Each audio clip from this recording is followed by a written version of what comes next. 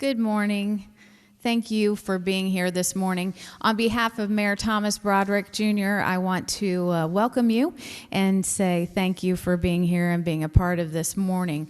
I think that it will be very helpful for you as you move into next week's job fair at the Mounds Mall in Anderson. And that's one of the main things I want to make sure that you're aware of right off the bat as we open this morning, is to make sure that you know that the Hire Anderson Job Fair is next Wednesday, a week from today, and that runs from 11 to 3, and it's in the former Sears building in the Mounds Mall. You will need to come into the mall and enter from that way, from the main entrance, in order to get to the job fair. So I had a question as to what companies were going to be in attendance. We have over 55 that have committed to be there. So these are significant Anderson businesses and manufacturers. So this is a wonderful opportunity for you to go and to see all of them at one time. So here's a few of the companies, just so you have an idea as you move into next week. Xerox, Carter Express, HDP, NTN Drive Shaft Anderson, Barber Manufacturing, Greenville Technology Incorporated, Precision Strip, Cermax North America, First Merchants Bank, High Pro Filtration, Anderson Public Library, Job Source and Work One, Continental Engineering, First Call Staffing, Rickers, Tractor Supply Company, Elwood Staffing, Purdue University and Purdue Polytechnic, Anderson, Hopewell Center, Pendleton Correctional Facility, Pro Resources, Helmer Scientific, Ivy Tech Community College, Cabinets Plus, Express Employment Professionals, Home Instead Senior Care, Direct Energy, BI Incorporated, Community Lawn Care, Mulan Son, Carpet One, Anderson University, Pizza Hut, Alliance One, Mancor, Chick-fil-A, Terrence A. Smith Distributing, Phoenix Community Services, Teleservices Direct, Comcast, Kimco Services, Harrison College, Impact Center, Work Here, NDOT, ACS, Anderson Community Schools, Meridian Senior Living, Indiana National Guard, and Carson's, which is affiliated with the mall, as you know. Now for a few housekeeping items. We will have lunch provided for you at the end of the session today. If you need restrooms, feel free to just sneak on out. If you go out these doors over here, they're over to your left, and it's right in the opposite side of the elevators. If you happen to come up the elevators, it's just right through that area. There's a big sign above the hallway that says restrooms. Like I said, lunch will be served after we are finished today with our seminars. To just give you a quick rundown, Saxis will be presenting currently. Work Here will do a very short presentation starting at 11:50. We'll have a 10-minute restroom break at 12:05. Then Work One will come back from that break and present until 1. Lunch will be at 1, and then if you need individual assistance with resume building, with how to dress, and with if you want to run mock interviews, we have tables set up out there so you can do that at 1 o'clock with the Work One staff, and that will be an excellent opportunity for you. I do want to point out how appreciative we are of our partner today, which is Job Source Work One. They have provided lunch for you. They have been wonderful to work with, and we really appreciate all they have given to us for this event. They've been fantastic. Okay, and without further ado then, I'm going to introduce Sean Neal, and he is with Saxis, and he will be speaking with you this morning. Good morning. Small but mighty crowd this morning, aren't you? Perfect. My name is Sean Neal. Thanks for coming out, first of all. We're going to cover a lot of territory. But before I get started, I just wanted to welcome you guys. So, how many of you are currently seeking employment? Raise your hands. Okay, so we got some job seekers out there. How many of you have been seeking employment for more than 3 months? Raise your hands, okay? More than 6 months, okay? It can be a long process, can't it? All right, so what I want to talk with you a little bit about today are some key points in keeping your self-esteem up and where it needs to be in order to be a successful job seeker. Now I'm going to reach back here and turn this down just a little bit because I think it's just a tad too loud there. There we go. That's much better. And specifically how we can go about keeping the right state of mind, because our state of mind is important during the job search. Am I right? If you feel like crap, how do you expect someone to hire you, right? And if you feel great and you walk in and you feel good, how many employers are going to pay more attention to you and say, oh, that's somebody I want on my team? So it's very, very important as you go forward. The first thing I want you to do, though, is I want you to help me get some energy, okay? You're a small group, I get it, but let's get some energy together, because if we don't have some energy, we're not going to be able to get through the next, 40 minutes with me, I promise you. So the first thing I want you to do is I want you to clap. Come on, clap like it's somebody famous. Clap loud, louder. And now raise your hands and say, welcome. There you go. That's some energy. That's what I wanted to hear. Okay, because we're going to need to get through the next 40 or so minutes and have that kind of energy, and then we're going to have to talk about how to sustain that kind of energy as you go forward in your job search. First thing I want you to think about is focus. Okay? How many of you have bought a car that was new to you? Bought a car that was new to you. Okay. Probably got in that car, the dealership, or when you bought it from the person and you thought, this is me. I like this car, didn't you? It fits me well. Look at the interior. I bet I look good. Somebody take my picture. Am I right? When you got in that car and you went driving down the road, did you suddenly see a lot more of that car? Maybe more than you had seen before? Okay, here's the big intellectual question. Did someone put a whole bunch of that same kind of car on the road right after you bought it? No, I can't hear you guys. Come on. No, exactly. What changed? You noticed it because you had the same thing. Exactly. And the word we're going to use for that is focus. Your focus shifted. So now, everywhere you drive, you're looking and you're going, oh my gosh, this car is so nice, but look, everybody else has it too. Right? I just recently did that. I have impulse bought 2 things in my life that were big purchases. One of them was a car, and I bought it because I had taken my car in, and they were doing some replacement parts on it, and I'm out wandering in the lot, and I'm going, oh, that's nice. And so I walk back in, and within 2 hours, I've got the paperwork signed, the loan's made, and I just traded my car in. And as soon as I went to take it home, that exact same thing happened. I passed one after another. I'm like, what in the world is going on? How unique was I?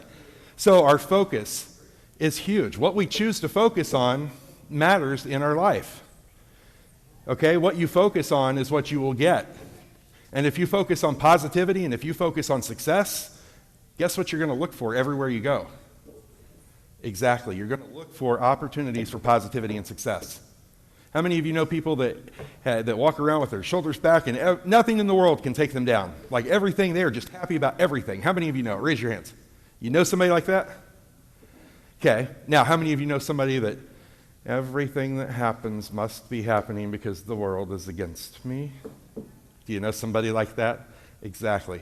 It's your focus. It's what you choose to look at and what you choose to focus on. Now, here's a great example. I love doing this with people because it's fun. Let's think about this for a minute. For the next 10 seconds, I don't want any single one of you to think about a pink elephant. For the next 8 seconds, nobody think about a pink elephant. For the next 5 seconds, no one think about a pink elephant.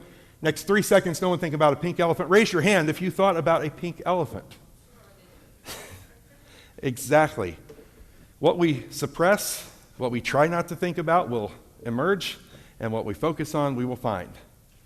That's why typically when you see people that have the negative Nelly, the Debbie Downer attitude, the reason they create their own fortune is because every situation they walk into, They find a way to support their belief that the world is against them.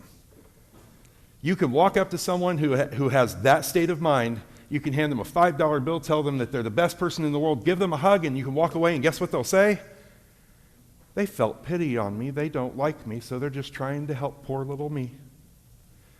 And you take someone on the opposite end of the scale whose focus is on finding opportunity and positivity. You do the exact same thing for them, and you know what they're probably going to do? What a nice gesture. I think I'll give this $5 to someone else to make them feel good too. What you focus on will become your reality. How do we translate that into a job search? If you walk through the door for your interview feeling defeated because maybe you've been on the job search for 1, 5, 6 months, feeling like everybody is turning you down, and you focus on that, and you focus on this is just another interview. This is just another chance for somebody to tell me that I'm not good enough to work for their company. Guess what will happen? You will present that, and my friends, you will write your future. So, we need to stay focused. Now, easier said than done, right? Here's a load of sunshine. Go make it happen in your life, right? No. So we have to use some tricks and tools and some things to keep focused. And one of those things that we do is gratitude.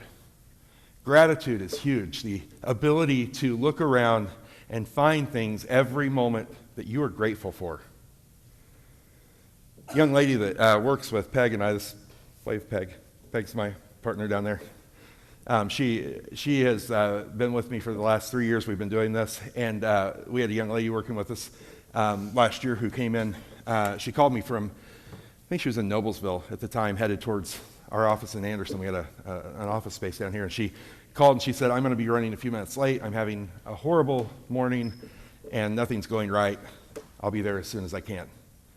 And so hung up, and I said, okay, I pulled out my phone, I texted her, I said, you have an assignment. On your way in, I want you to think of 5 things that you're grateful for. Just think of 5 things. Now, I didn't really expect her to write it down, but my point was to get her to think about things that make her happy, things that she can appreciate, rather than whatever it was that morning was bringing her down. So she one-upped me. She walks into the office about 45 minutes later with a smile on her face, and I said, wow, you look different than I expected. This is good. She said, well, I brought a list for you. I actually pulled over and wrote it down. And she had written not only 5, but she put in a 6th one, which I thought was really cute. She said, I'm grateful for coffee, because she stopped and got coffee, and it made her smile. Here's the interesting thing. What had actually happened to her, she disclosed to me a little bit later. She has not had much communication with her father over the years, and she just happened to have to pass his place of employment on the way in, and it brought back a flood of memories and just things that she wasn't prepared to deal with at 8 o'clock in the morning. So a really, really heavy piece of emotion that came with it. And taking that opportunity to find gratefulness, to focus on being grateful, brought a smile back to her face, got her refocused, recentered. When she walked in, she was ready to go. So think about that. It's not just something to say. It's not just go be happy, go focus on being happy. It's find things to be grateful for. Find things in your life that are happy. If you think that any one thing is going to make you happy, if you think, oh, if I only won the lottery and got $1 million, I would be happy, or oh, if I only had this car, or oh, if my kids would only listen to me, I would be happy. That's not the case. Every day we look for more moments of happiness, and that is what you want to focus on. So if we're thinking about that, and we're thinking about focus, then we have to say, well, what's my inner voice say? Does my inner voice tell me that I'm not good enough? Does my inner voice say that you're not smart enough, or you didn't graduate school and somebody's going to find that out? Or my last employer said that I wasn't a good employee, and I'm afraid that somebody's going to call them and they're going to tell them that. Or perhaps it says I'm so stressed out, I don't know how I'm going to go to this interview, and I don't know how I'm going to present myself because I'm just too stressed. It's all crazy inside. You have control over that inner voice. I'm going to give you a couple of things to think about. I was a smoker for 16 plus years. I was a dedicated smoker too, like a Winston Marlboro, then Winston guy for years. On a good day, I would smoke a pack. On a really rough day, I would smoke a pack and a half, almost 2 packs. It was a bad habit, bad addiction. And I tried to quit for years and years and years. And every night that I would try to quit, I would crumple up the last of the pack. I would throw it off to the side and say, that's it. Tomorrow morning when I wake up, I am going to go out and forget cigarettes. They are not a part of my life. The next morning I would wake up. I would go for about 10, 15 minutes. I'm like, oh, this is bad, this is bad. Whether I had something to do or not, within an hour, I found myself at the convenience store buying a pack of cigarettes. The addiction had me, and it had me strong. And I realized when I woke up one morning and had a pain right about here in my chest, and it didn't go away and it didn't feel good. And it scared me quite a bit. One of the first things I did was, oh crap, I'm going to kill myself with smoking. I've got to stop it. And I instantly put the cigarettes down. It wasn't I'll wake up in the morning and stop smoking. It was no more, done. Pain stayed with me. I ended up going to my family doctor a few days later and found out, thank goodness, that nothing was wrong. I had some type of muscle pull that was causing the pain. But more importantly, I had put down a pack of cigarettes that had been my vice for over 16 years. And the only thing that made a difference, thank you, the only thing that made a difference was the fact that I took the word try out of my inner vocabulary. As soon as I quit trying and I just did it, everything changed. I had a reason. When I tell myself I'm going to try, I've given myself permission to fail. So trying is one of those words in your inner dialogue that you want to be careful of. Don't try to get the job. Go in to get the job.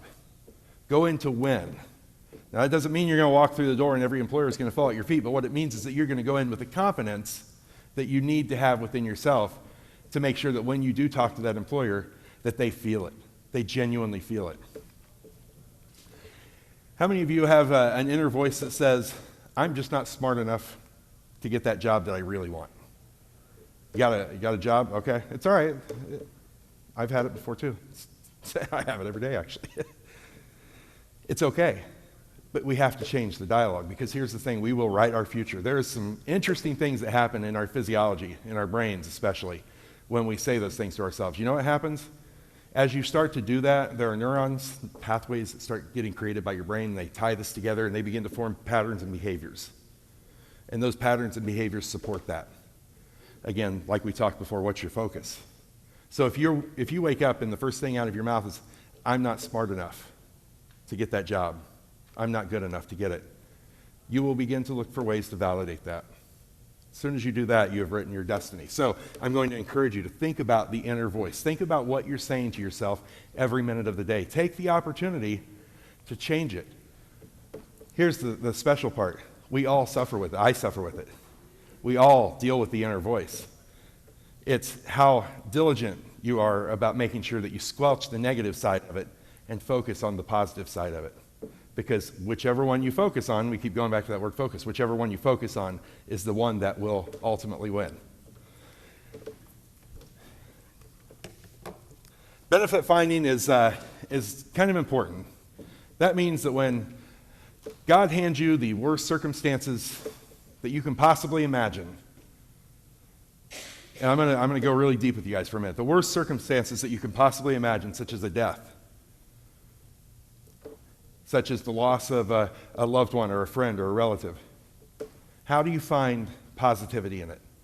The loss of a job that now means that your family may struggle for the next unknown number of months. How do you find positivity in it? You begin doing what we call benefit finding. Some people call it optimism. But you begin looking at the opportunities that exist and looking at the benefits that exist within that. Even death, when viewed from a bigger perspective, even death can have the benefit side to it, where we look back and we look at someone's life and look at the people that they touched and the people that they changed because they existed. And we can smile, and we can cry, and we can smile, and we can cry happy tears. Because we're finding the benefits of their life. The same thing with a job. If you look at the loss of a job or the transition period between a job as the end of the world, as every day is just another day of failure, you're going to go down one path. If you look at it and you say, I learned this, this, and this from my previous employer, my previous experience doing that. I took away these skills with me that I can now use and I can present to other employers. If you start to travel down that path in your inner dialogue, you'll have a whole different outcome, won't you? Exactly. So start to look for the benefit-finding opportunities in every situation. You'll be surprised every day of your life there are opportunities to take what seems like a negative and find the positive benefits in it. Now, there's one more thing on here it's actually not in here, but I want to talk about it real quick, and that's authenticity. And authenticity is a big word, and it's a big concept. And it goes, in my book, it goes right along with integrity. Okay? So how many people, show of hands, how many people are comfortable saying they know what integrity is by definition? Okay, we've got a few who aren't. I'm going to go, just for the sake of saying it, I'm going to go ahead and say it. So integrity is, imagine this is your core value system over here, the things that you strongly believe as a person. Honesty, authenticity, for me, loyalty. And over here are your actions. If you align these two, and your core values represent the actions that you choose every day, then they say that you're living with integrity. If, however, you're a person that says, I don't believe in lying to someone, and yet you lie to someone, you've got a misalignment of those, and you are living through a lack of integrity. Okay? So the reason I say authenticity is very important is because some of us come from past with jobs that we're not so proud of. Peg and I work with a program at the Impact Center, and we work with ex-felons who are looking to get their records expunged. And a lot of them come to us and say, I'm scared to death of what to tell an employer when they ask that big question in a job interview. Authenticity is what brings you to a moment of honesty and integrity with someone. I beg you and I encourage you to be authentic, be your real self, and speak with integrity and act with integrity. I was approached by someone who had made some points that, in my past I had some projects that had not quite failed or not quite succeeded. And I'm not one to hide what's happened in my life. I've been through some rough times. I've tried to do some things, but it affects how people look at you. And if you don't take the opportunity to say, gee, I'm really sorry, this is what happened. Gee, I'm really sorry, in my past job, this was what happened. This is who I am. But I learned from it. Hopefully I've overcome it, and I've become a stronger, better person because of it. Always be authentic. If you don't, you're not going to feel good about yourself, I promise. So authenticity is very, very important. That slide shouldn't be in there. Okay, so as you're going into the job interview now, so we've talked about some of these pre-job interview things, some things to think about that kind of keep you in the state of feeling good. What's your focus? What are you benefit finding, or are you not? Now we're going to talk about stress. So this guy in the back I've been recently told is a cheetah. I was calling it a puma for some reason. I'm not very naturally inclined with the animal kingdom. And this cheetah is chasing its prey.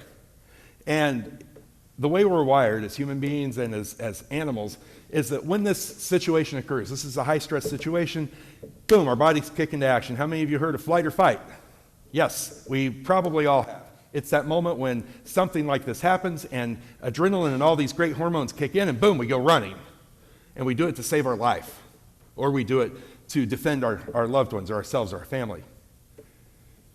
And then in nature, once this event is over, and we're just for the sake of all smiles here, we're going to pretend that this little guy, this wild boar or whatever he is on your right, let's just pretend that he lived through this.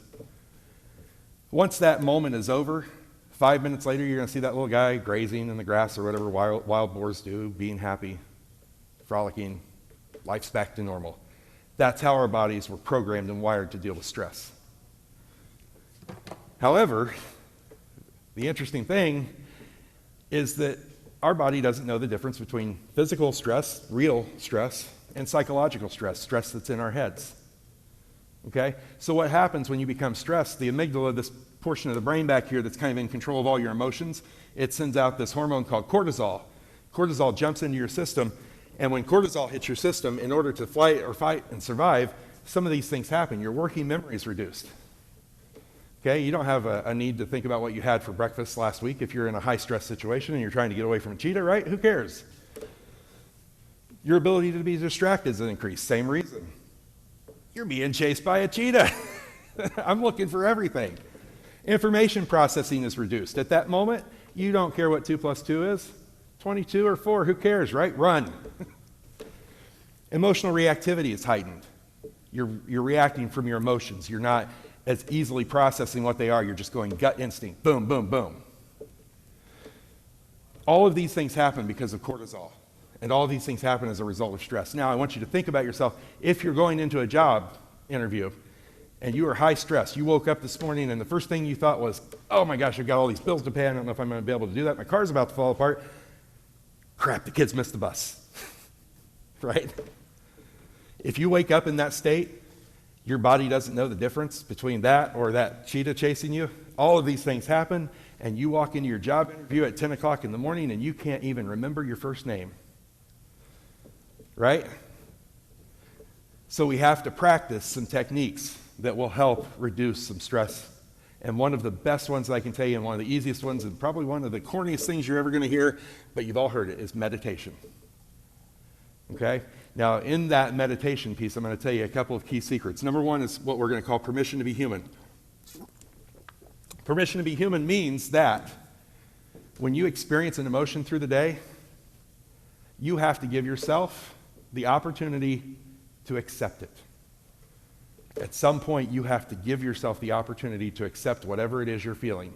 If it's a stress situation and you're angry as can be because of something that's happening, take a minute and say, it's okay. All emotions are okay to feel. All the actions are not necessarily okay to do with them. So give yourself a minute. My recommendation is at night, before you lay your head down, or I guess after you lay your head down, if you have the opportunity, take 5 minutes. Close your eyes, breathe deeply, in through the nose, out through the mouth. You've heard it for years. In through the nose, out through the mouth, nice deep breaths.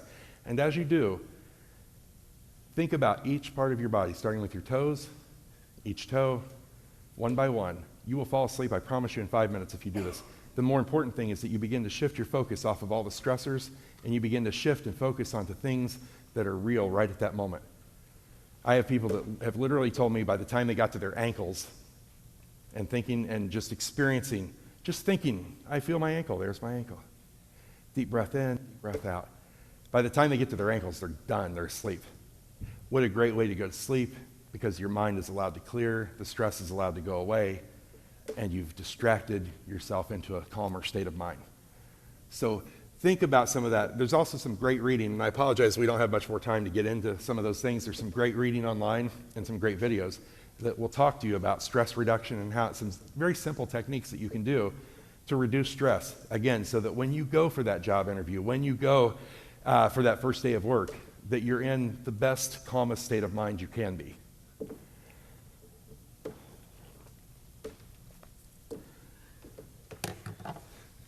Why should I hire you? What makes you different? What makes you different? This is the $10 million question. I met with someone last week who apparently has been unemployed for, I think she said over a year. She didn't tell me exactly how long. And we met at IHOP, and she wanted just some pointers. She's been job seeking for over a year and just was having trouble. And she comes in, first time I've met her, she sits down, shakes my hand, sits down, and she has this binder that's about this big. And she opens it up, and she says, here's all my credentials, and she starts going through page by page. And these were letters of recommendation. They were things she had, went through training for. It was, and I let her get about, a third of the way through it before I told her, please stop. I said, are you taking this to interview? She said, yes. I said, why? Well, they need to know I'm qualified. I can do all this stuff. I can do whatever they need me to do. Okay. But why should I hire you? Well, because I can do all the stuff. Okay. Well, so can the other 1,000 applicants that hit my inbox today. One more time, why should I hire you? And she stopped and she thought, and she didn't have an answer. She said, I need a paycheck. I went, that's not good enough. That's not good enough. She was befuddled, for lack of a better word. She looked at me and she said, "What do you mean that's not good enough?" I said, "It's not good enough. Everybody needs a paycheck. I need somebody with passion. I don't care if you've got that credential. You know what? If you've got passion, you walk through my door, I'll train you. I'll put the money, I'll invest the money in you. Is if you're going to bring passion and excitement to the job, you're worth a lot more to me. Not only are you going to bring that passion and excitement with you, you're going to share it with other people. You're going to grow within my company. You're going to do things that I couldn't begin to imagine. And I'll train you. I'll invest the money in you if you're going to be that kind of person for me." And her face just went blank. I'm not going to lie to you. Her face went blank, and she thought I was probably off my rocker. But it's a fact. I can't tell you how many employers I've talked to over the years that have said, "We will happily train somebody to do what we need them to do if they come with passion and why they're here." You've got to tell me why it's important to you. You've probably heard, if you've went to Work One at all, you've heard them say, "Do your research. Do your research online before you walk in." There are two reasons for that. Number one is the obvious, because you want to know about the company. Number two may not be so obvious. Number two is because when you walk through the door, I want you to connect with that employer. I want you to tell me as an employer why you're sitting in front of me. Why is my company important to you? If you can connect with me through my mission statement or through some philanthropical work that we do or something that shows me that you have an interest in my company, I'm interested in talking more to you. Then we'll look at the credentials, and then we'll look at the training that may be necessary. Bring your why. Always bring your why first. When you sit down in front of that employer and you have the chance to say your first sentence, tell them why it's important to you to be with their company. And I promise you, you will make an impact. I've got to rush through this because I'm dragging. Oops. Apparently my clicker isn't. Wow, okay. There. Your body language. Okay, very quickly, can we figure out, everybody kind of get an idea what this guy's deal is? Anybody want to throw what emotion he may be experiencing based on his body language? Bored. If you look at his face, maybe a little bit agitated. See that? Frustrated or something. I'll go with bored here. Bored, sleepy. How about this one? Yeah, she's maybe disinterested. Aggravated. And this guy looks, okay. Body language says a lot for two reasons. Number one, it speaks volumes, obviously, to the other person. You look at that, you get a feel immediately for what that person's feeling. So if an employer walks in and you're filling out your application and you have at least any of these first three on the left, you're probably not going to make a good first impression. Body language means everything. It communicates something about your state of mind, your condition, who you are as a person to someone else. Body language also does something for you. It helps put you in a state. So your body says, if my shoulders are down and my head's down, I'm walking like this, I must feel sad because that's what I do when I'm sad. And you begin to feel sad. Next time you're feeling sad for whatever reason, try something else. Try changing your body language. Try changing your posture. Oops.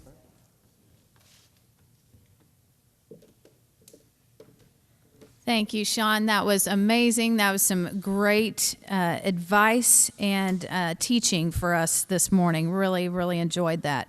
We now have a presentation from Work Here, and they're going to come up and tell you just a little bit about their company and what they have to offer you, and I think you will be very, very interested in this. So it's important for you to take a listen to this, and this will help you in your job search as well. And remember that after this, we have just a quick break, and then we'll come back for the Work One presentation. Okay?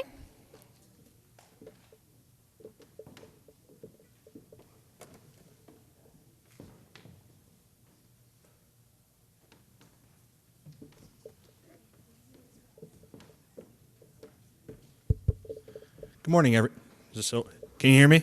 Okay. Good morning, everybody. I am Sean Sullivan, another Sean. I am the marketing manager over at Work Here. I want you to do something for me. I want you to pull out your phones real quick. No matter if it's an Apple device, if it's an Android, or if it's a Samsung device, I want you to download Work Here right now. It's Work Here, all one word. And as I'm going through this presentation, I want you to go through and give us feedback afterwards on the presentation. So Work Here is a worker recruitment and networking app based on your location. We have 3 great co-founders, one of which, our CTO, was the first developer of Monster.com. And he noticed over the years that job boards weren't getting enough traction. They weren't helping people. How many people have been on Monster, Career Builder, Indeed? Does it take probably about 15, 30 minutes to apply to like one job through all the questions? Yeah. Okay. Or even probably a few hours to even find one. Well, with Work Here, what we've done is we've aggregated all that, all 98% of the jobs within the U.S. into the phone, and we geolocated it. So you can open up the phone, find your map, create a map around where you're at, and you can find jobs right where you're at. I was over at Pike High School in Indianapolis, probably on the southwest side. A young girl was working at Target, and she was extremely dissatisfied with where she was at. She pulled out the app, downloaded it, filled out her profile information, started following companies. Guess how long it took her? Any guess? 2 minutes. Well, she was fast too. Teenager. So what we've done is, if you've actually downloaded the app and looked through the app, we have a few things. We have logoed, and those are our featured partners and our featured employers who are actually paying. They're looking for workers right now. The blue dots are what we've pulled through online. So we pull through a few places, and those are the 98% of jobs that are job boards on the database. So what we've done is that we've cut down that time for actually looking for a job. You would still have to apply through Indeed and through an actual job board. But what we're doing is we're becoming almost like that advertising networking platform to follow companies, follow friends, and seeing where they're working. Because most of the time, some people's like, hey, I'm working here, but they forget, like, hey, my boss told me I'm looking for, there's open positions, down the road. And you kind of forget that, you kind of forget telling family members, unless what we've noticed when we've been advertising, that moms and grandmas are the ones, they're getting after everybody in the family to find a job. But what about everybody else, trying to, during a holiday season, trying to ask. So going on to the extra dots, the gray dots mean that we've actually pulled in that location, but we haven't aggregated that. They haven't posted an online job. And then the gold dots mean that you have followed that place. So it kind of gives you a good sense of where everything's at, and it's all map-based. So you can actually pan the map from here in Anderson all the way to Kokomo if you're wanting to move someplace. It's free for you. So when I told you download the app, it's actually free. Forgot to mention that. Right now, for workers and now for employers, what we're doing is that we've advertised this app in less than 5 months, and we have hit over 1 million people. We have reached over 1 million people. Right now, our user base is close to 20,000 people that are actually using the app. We have been partnering with Ivy Tech. We have been partnering with DWD, Work One, on a few initiatives, and with the Indiana National Guard. So what we're trying to do is build that network, and I know a few of you are looking for jobs immediately. I would highly recommend going on the app, find out where you live, and find out if there are jobs available right now. And if there is not a blue dot, and if it's a gray dot, I would still go to that location, because what we've noticed with SHRM, which is an HR conference and an HR group, that it costs $3,500 to train one new employee at any business. That's costing them money. And we've noticed that it's 5 times more likely if you are working within 5 miles of where you live that you're going to stay there 5 times more likely within the next few years because you're close to home, you're close to dropping off the kids, you're close to daycare, you're close to family and friends. And that's what we've noticed. So from there, we would just want to throw a little bit more stats over to you. Right now in the labor market, through the whole state, there are 1.4 job seekers for every job. So really the benefit is in your hands if you're looking for a job. And employers are looking right away. Now, we've noticed when being a marketer, seeing some feedback from people saying, hey, well, this only pays $10 an hour. This is, low wage, can't survive on this. We've got a few examples with FedEx, one of our first customer. What they told us was if you are a handler or a boxer and loading trucks for 6 months, and basically the prerequisites to move up, if you show up on time and you do your job, if you move to a manager position within FedEx, the salary range was, I think, starting at $80,000 with full benefits. Yeah, they don't tell you that. And there's a lot of baby boomers that are moving out of the workforce. We have another client that 50% of their employees are retiring. So people are starting to retire now who are in the baby boom generation. And another company, a grocery store up in Maryville, we had our co-founders talk to their execs. And every single one of those execs started as a bagger, and one was a stock boy, which he's like, well, I'm a little bit lower than a bagger. But all of them started out like that, and they moved up. And within, I think, a 10-year span, you could become a district manager and make 6 figures. And the prerequisites, again, show up on time and do your job. That was it. So with any of you downloading the app and trying it out, what are your kind of perspective on it?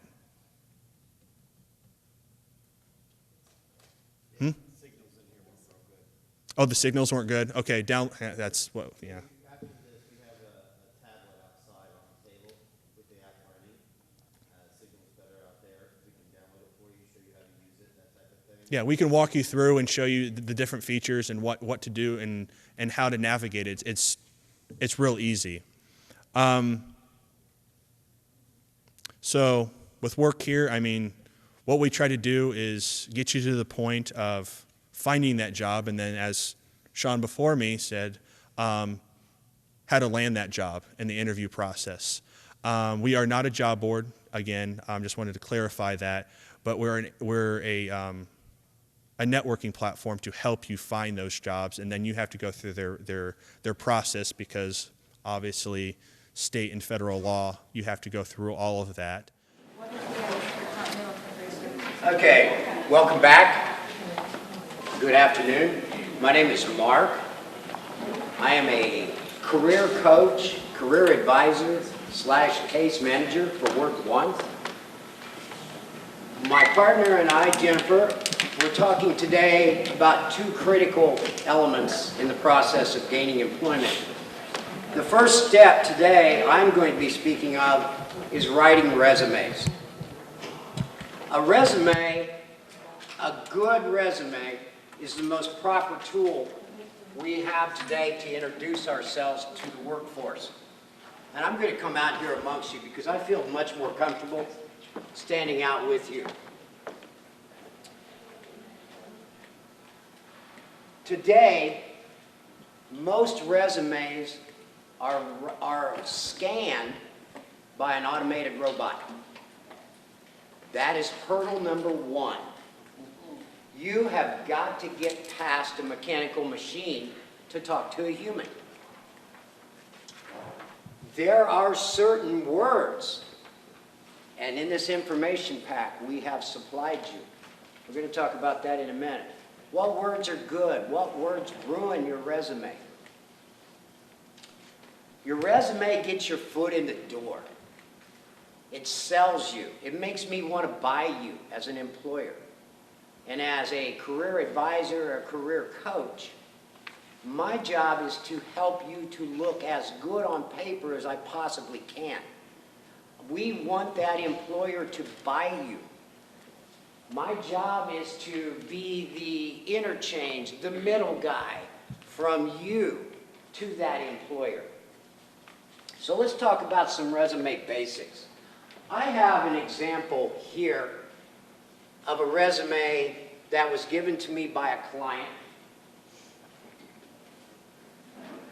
We'll be up here in just a moment.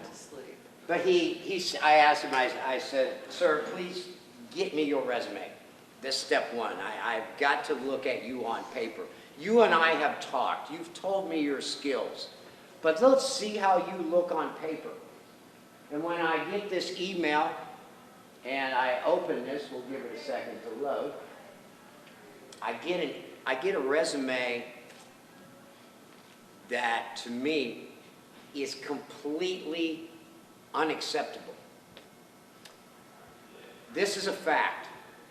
If you make it past the robot scan, the average HR director or personnel director is going to give you 15 and no more than 30 seconds of their day.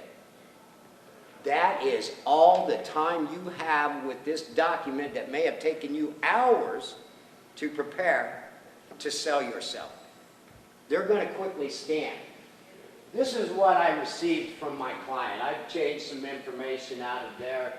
He began basically what I would call old school. He began with his education. Okay, that's great.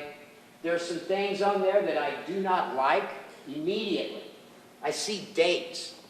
I can tell immediately how old this person is by looking at what date he graduated.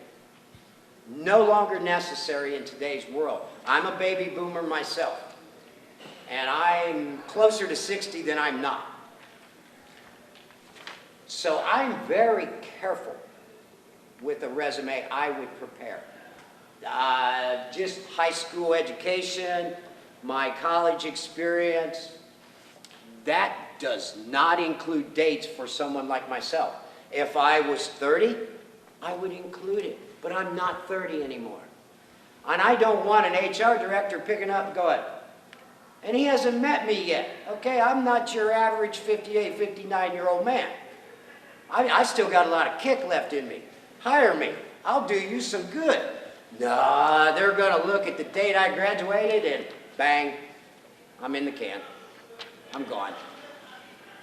So, first thing we do is, depending on your age group, do we include dates? Do we eliminate these dates?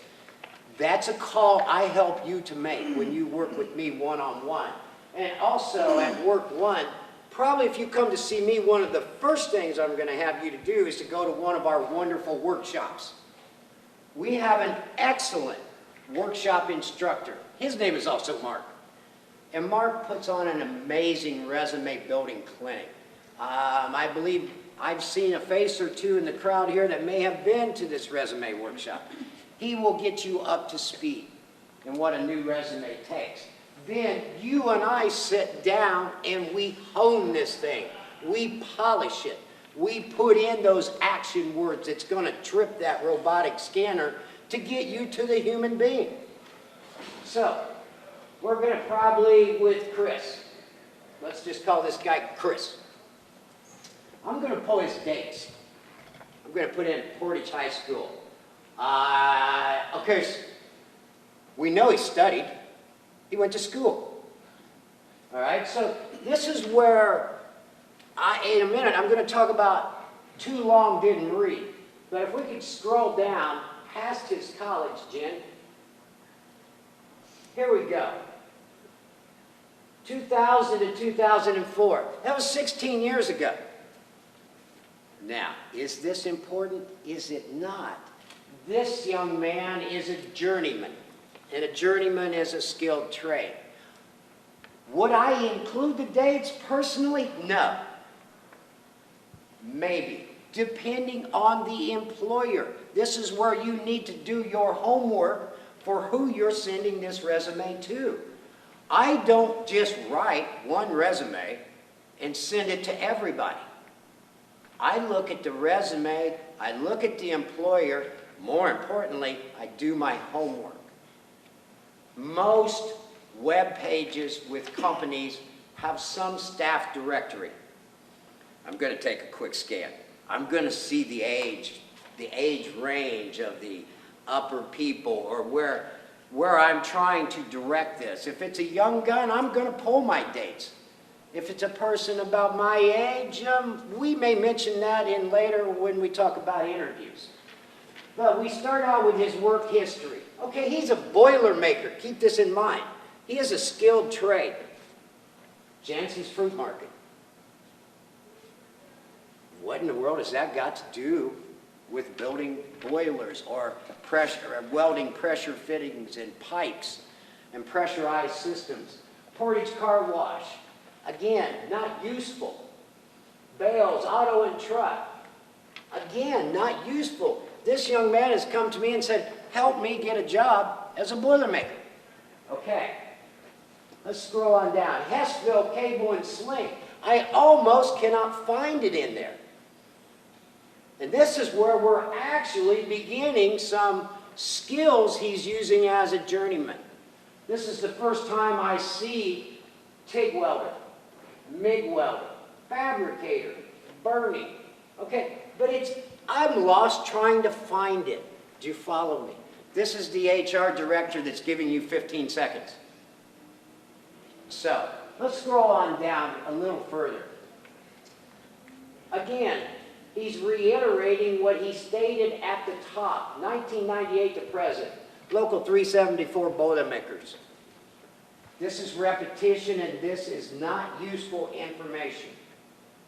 Also, if it's on your resume, be prepared to talk about it. If I'm an HR director, I may pick out the most obscure point of your resume and go into great detail. Tell me exactly how you helped Jansen's Fruit Market. What did you do for them? And how did Jansen's Fruit Market get you to a Boilermaker? Are you prepared to answer that question when you finally make it past the scan? When you make it to the human being? Are you prepared? I always tell my clients, if it's on your resume, own it. You have to be prepared to talk about it. All right, let's scroll down a little more. Again, this is what I would consider highly non-functional, non-useful. Can we go to the updated version? And this is a rough draft. We haven't even sat down to begin to polish him. He has a one-to-one appointment with me. Objective. And again, that's something I want to talk about. There are some highly overused, outdated words on resumes. Even our own template at DWD says objective. Everybody in the room knows what your objective is. How are you going to state that differently?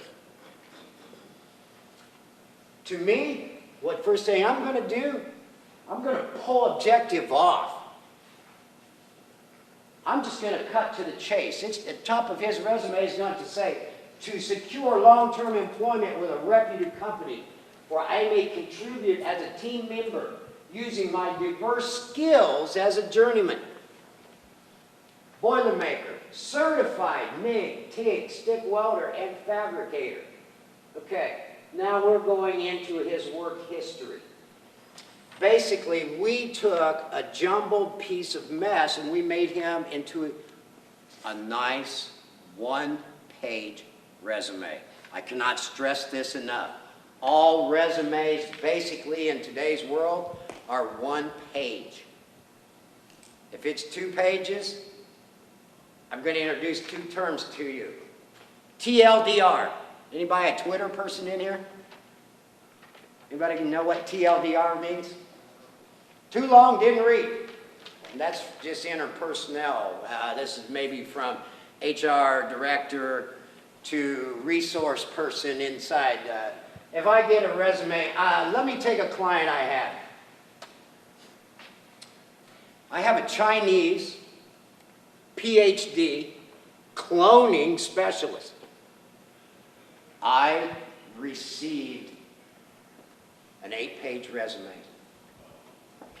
8 pages.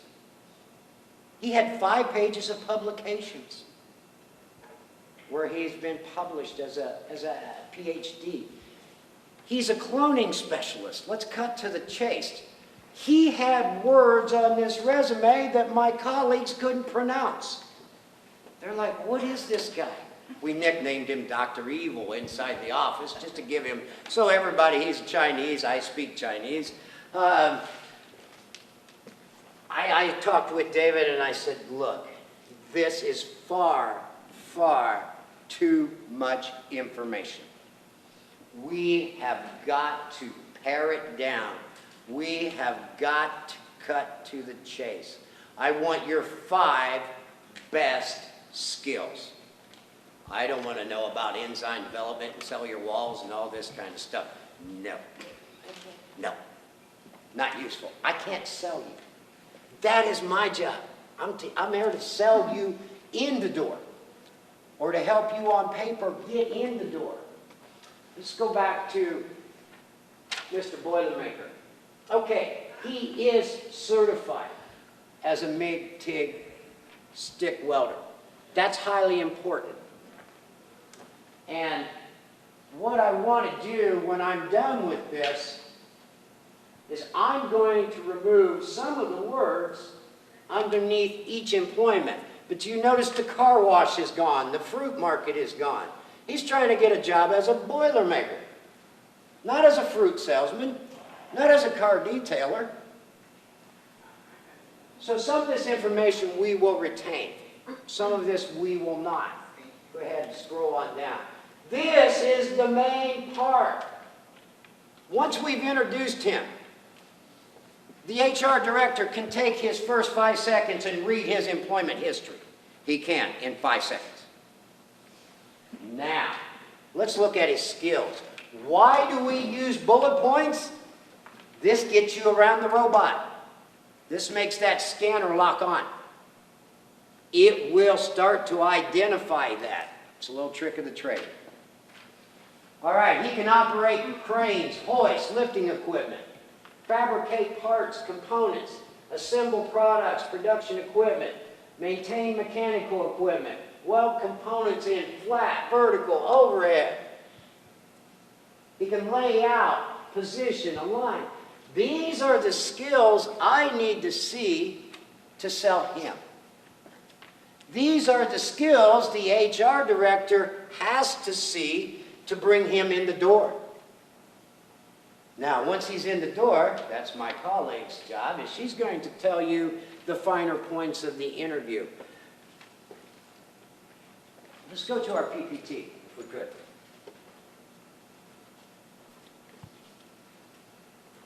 It's an art. If you ask 35 different resume writers or personnel directors how to write a good resume, how many answers are you going to get? 35. You're going to get 40. That's an even better answer. I like that. You may get 60 different. I may look at this and I may say, this is perfect. And I'll wake up tomorrow and I'll look at it again in a different light. And I'll say, no, I don't like that. So it's a continuous process. Again, but I'm not taking one resume and trying to sell it to you. I'm not trying to sell it to you. I'm going to personalize this resume after doing my homework. I want to know who's going to be reading this. I want to see what I can find out from them about them. Social media, LinkedIn. I'm a big LinkedIn person. I like that avenue. Okay, let's go to our first screen, Judy. Resume. This opens the door. We all know that. But first you've got to get around the scanner. Again, I'm repeating. If it's on this resume, be prepared to tell me about it in great detail. Because this is my chance to make you squirm. I'm going to put you under pressure. I'm going to see your failure point. Dates could date you. Okay, we've already discussed that. Some of us are baby boomers, some of us are middle of the pack, some of us are young guns. Can we use those dates to our advantage, or are they automatically kicking us out of the job prospect? Could you be perceived as too young, too old? If I'm fresh out of university, I still may not put dates on there. Because if I see that date, I'm going to see rookie. So it's how we manage this. Too much information, TMI. Again, I'm going back to Dr. Evil's 8-page. I mean, it was interesting as could be, but my God, it took me 6 minutes to read. And remember, I'm only giving you 15 to 30 seconds before I'm going next. A robot's not going to read a 6-page, 8-page resume. Good resumes today, 1 page. One simple, beautiful, eloquent page that makes me say, by you. Or at least take you for a test drive. That's our whole objective. Let's go to our next one. Bullet points. I've already given you the secret. Bullet points with facts. I don't want just words. Numbers will make a scanner stop. It'll hit. Don't tell me that you helped Rickers bring more business in the door. I want numbers. I want percentages. I want to know how you at Rickers brought 80% more business in that door. Are you with me on this? I need facts, hardcore facts on here. Bullet points with facts and figures will better demonstrate your skills and experiences than long, wordy sentences like the first resume I showed you. Bullet points with each position should be listed in order of importance relevant to the job you want, the job you're seeking. Again, how did the fruit market and the car wash tie in to being a Boilermaker? Oh, I need to know that. Carefully evaluate whether this career experience you have is relevant to that job you're applying for. You may have had a wonderful career as a domino setter. But if you're coming to me as a cashier, it's not going to be useful information to me. If it's not relevant to the job you're applying to, don't use it, please. And again, don't forget, this is Twitter world anymore. Twitter, LinkedIn, these guys have taken over. And this is common, TLDR. It's real, folks. Too long, didn't read. Now, in our handouts, I gave you some of the key words, action words. If these are not on your resume, you're not going to make it past the scanner. You're not going to make it past the 15 seconds. I've given you from A to Z. I've talked to you about bullet points. Now, I've also included the other side of the fence. Some key words that destroy your resume. Take these home, rub on it, write a resume, give it to your friends. Objectively. I take it not to my best friends, but people that know me. And I say, what do you think? Again, you're going to get different opinions. People are going to tell you different things. Take the average, but do your homework. My name is Jennifer Davison, and I'm actually the Director of Community Program Implementation at Work One and JobSource. So I do a little bit of everything. But one of the things that I do is I teach an orientation twice a week that talks about some of these subjects that we're going over today. And I'm able to provide you with some information that's relevant and give you some guidance on what's happening with social media and with interviewing. So social media. Social media is a relatively new environment that has come into our work processing and our job hunting. When I was coming up, I didn't have to worry about social media. Now it's there. Is it right that an employer is going to look at your social media when you are a potential candidate for a job and make a judgment on you based on what they see? Maybe not. Are they going to do it? Yes. Yes. Yes. They're going to check your social media. So be cognizant of that as you are job searching. Not long ago, in our office, we had a lady who had been at her job for probably 10 years, and she was really good at it. She had a really, really bad Wednesday. She went home, she went out, she tied one on. She took a picture of every shot she did, and she put a tagline, and she threw it all on her social media. The next day, she called in sick because she was hungover, and she never called in sick. What she had forgotten was that the company was bringing in clients that day to see her. And when she called in sick, which was unusual, they checked her social media. She lost her job. Right? Wrong? It doesn't really matter. The long and short was that she was in our office because she lost her job. So think about that and be aware as you are job searching that it's very possible that two of you could have the same skills, the same education, have come in and interviewed beautifully, but one of you might strongly support the presidential candidate that the hiring authority just loves, and the other one might not. Right or wrong, they might look at that. So just be aware and be careful as you're doing your job search. Now, turn that around. Use social media for the company. Google them. What if you're looking at a job at Jen's Warehouse and you find out through a couple of articles that Greg's Warehouse is getting ready to acquire Jen's Warehouse, maybe in 3 months?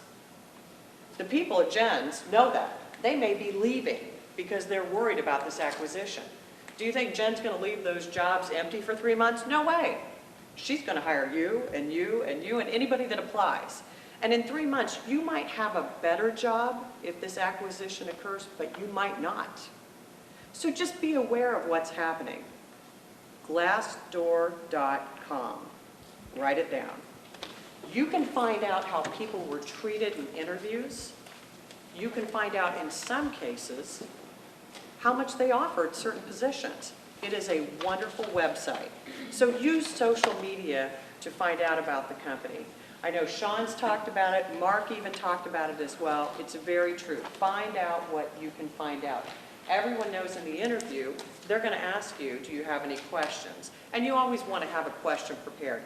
When you do that research, that's a great way to find out some things about the company that you can use as your questions. You could even ask. I found a couple articles that talked about the fact that you might be acquired. What's the possibility of that happening? What's the status of that? Will there be a hiring freeze? Feel free to use that information in your questions, okay? Now, the interview. We all know interviews seal the deal. They make it all happen. Okay.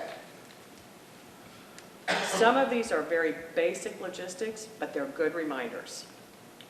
If you are 5 minutes early for your interview, you're late. Be there 15 minutes early. Be there early. And I'll tell you why as we go on through this presentation. I'm going to talk a little bit more about why the receptionist who sees you come in is also interviewing you, okay? Also, this is something I'm sure all of you know, but I'm going to remind you because it's human nature to break out of this. Never say anything negative about your former employer. Easy, right? Everybody knows that. Don't go into an interview and complain about your former employer. But here's what happens. You get up that morning and you get dressed. You get yourself cleaned up, you get in the car, you get to that interview early. You walk in, you're smiling, you're feeling strong, you hand the resume to that interviewer, they start asking you questions, and you're firing on all cylinders. It's going beautifully. And then they say, tell me why you left your last job. And you relax a little bit, and you start to talk, and you say, well, honestly, there was this person that I worked with who just really didn't like working in a team and made it really difficult, and then this happened, and the next thing you know, you are pouring it all out, and you are pouring it out 5 minutes, 10 minutes later, and that employer is glazed over. When I was young, my father used to say to me, when someone asks, how are you? They don't really want to know. They're being polite.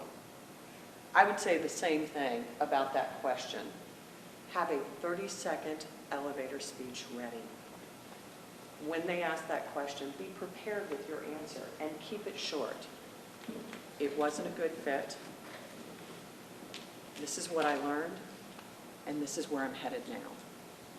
And practice that with some people in your home or friends so that when someone asks that question, that rolls off your tongue and it comes out that easy. Because otherwise the trap is you'll start talking and talking and talking, and our employers have said to us, my gosh, 20 minutes later, they're still telling me why it was terrible at the last job, and all I'm thinking is, are they going to feel the same way about this job, right? Okay? So, dressing appropriately, it seems like an easy one, but here's why I tell you this. We have job fairs at Work One, and that's something that you need to follow us. I gave some links in our presentation. We have a lot of job fairs. The beautiful thing about those job fairs is that when you come into the office, you're going to be face-to-face with someone that day. You're going to be talking to someone from that company that day. How many times have we hit the send button on an application and you don't even know if they got it or not because you don't hear anything? But you come to a job fair, you're going to meet with someone. We have people who come into our job fairs in flip-flops, cut-off sweatpants, and pajama tops. And it's not that that doesn't speak to your skill or your professionality. What it says to the employer is that I'm not important enough to you this morning for you even to make a little effort for me.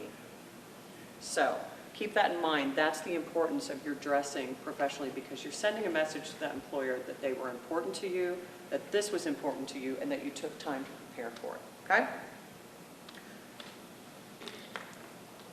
Has anyone here heard of behavioral questioning for interviews? This is the new way of interviewing.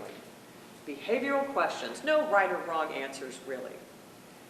Everybody's using these. Give me an example of a time you had a conflict with your supervisor and how you dealt with that.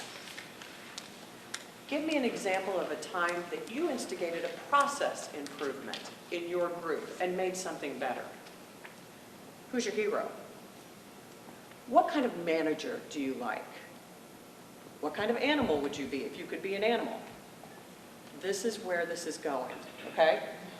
What I can say to you as far as giving you advice on this is have a couple answers or scenarios in your pocket.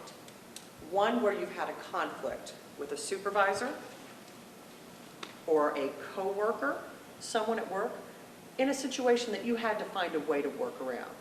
And I'll give you a couple examples of those too. And another one you want to have is when you instigated a process improvement, or you instigated a change, or you recommended a change that made something better, what you were doing or what your team was doing. Probably about 3 months ago, we had a young man come into the office, and he is preparing to start interviewing in his professional life.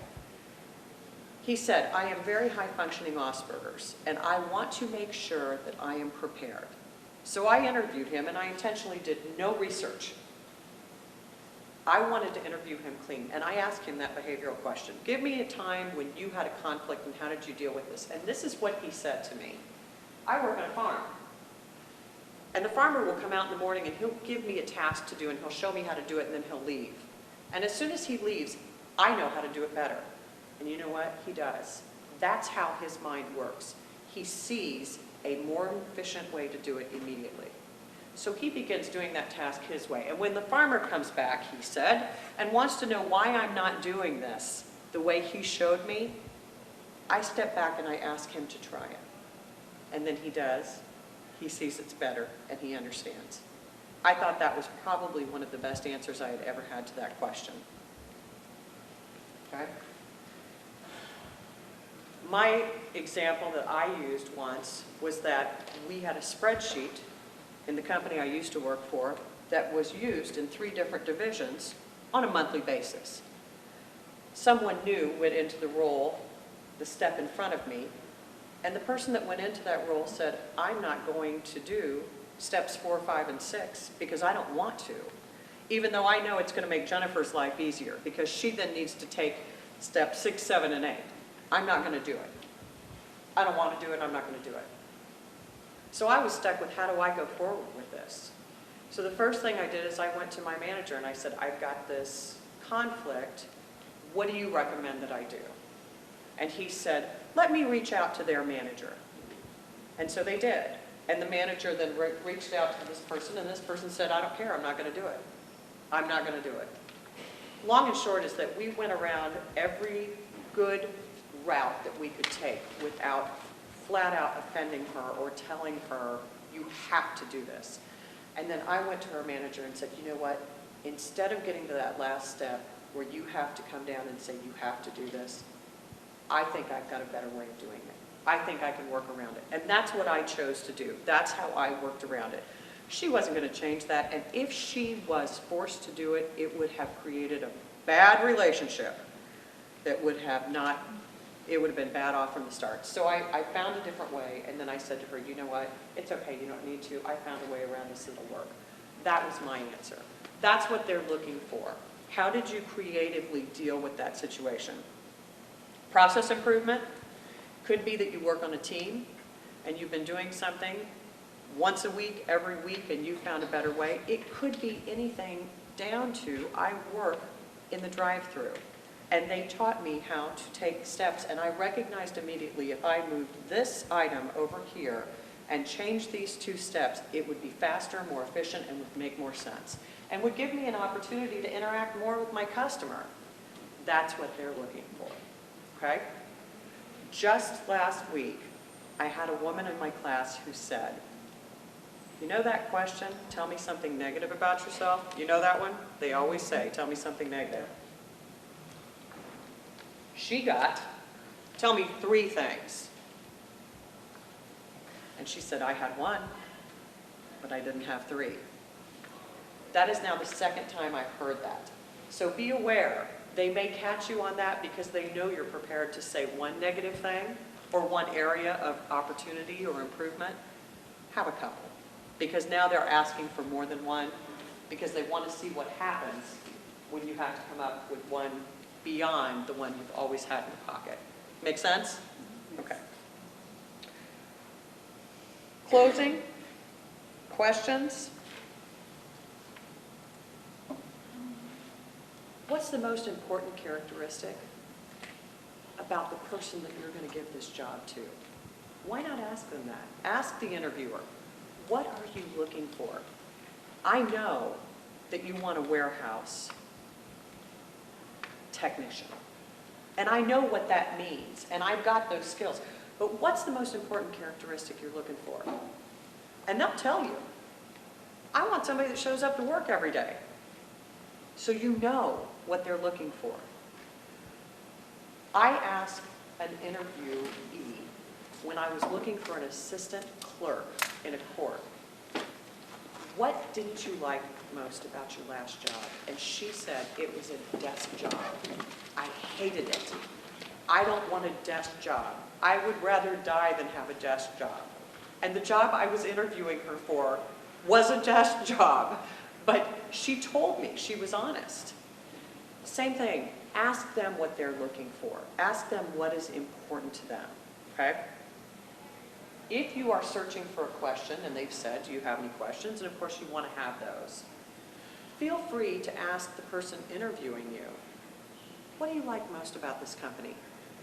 How long have you been here? How many roles have you had here? Where do you see yourself in the future?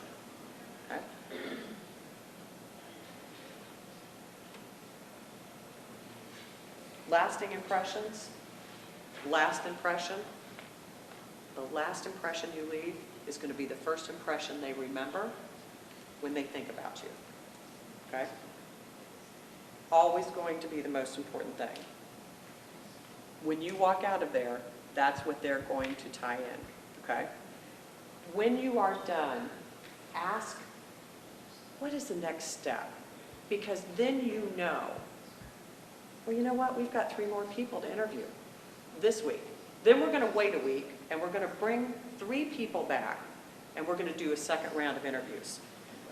You have information, you're prepared. You know at that point that then, if you don't hear from them in 2 to 3 weeks, you probably haven't been selected for the second interview. Okay?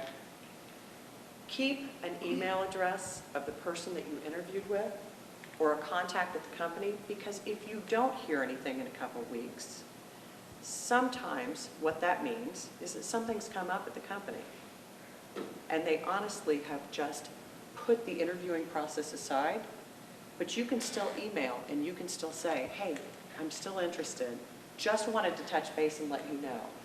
Then they can email you back and say, you know what, the job is still open, we're still looking at everybody, we're keeping you in mind. And that'll give you some information on that too, okay?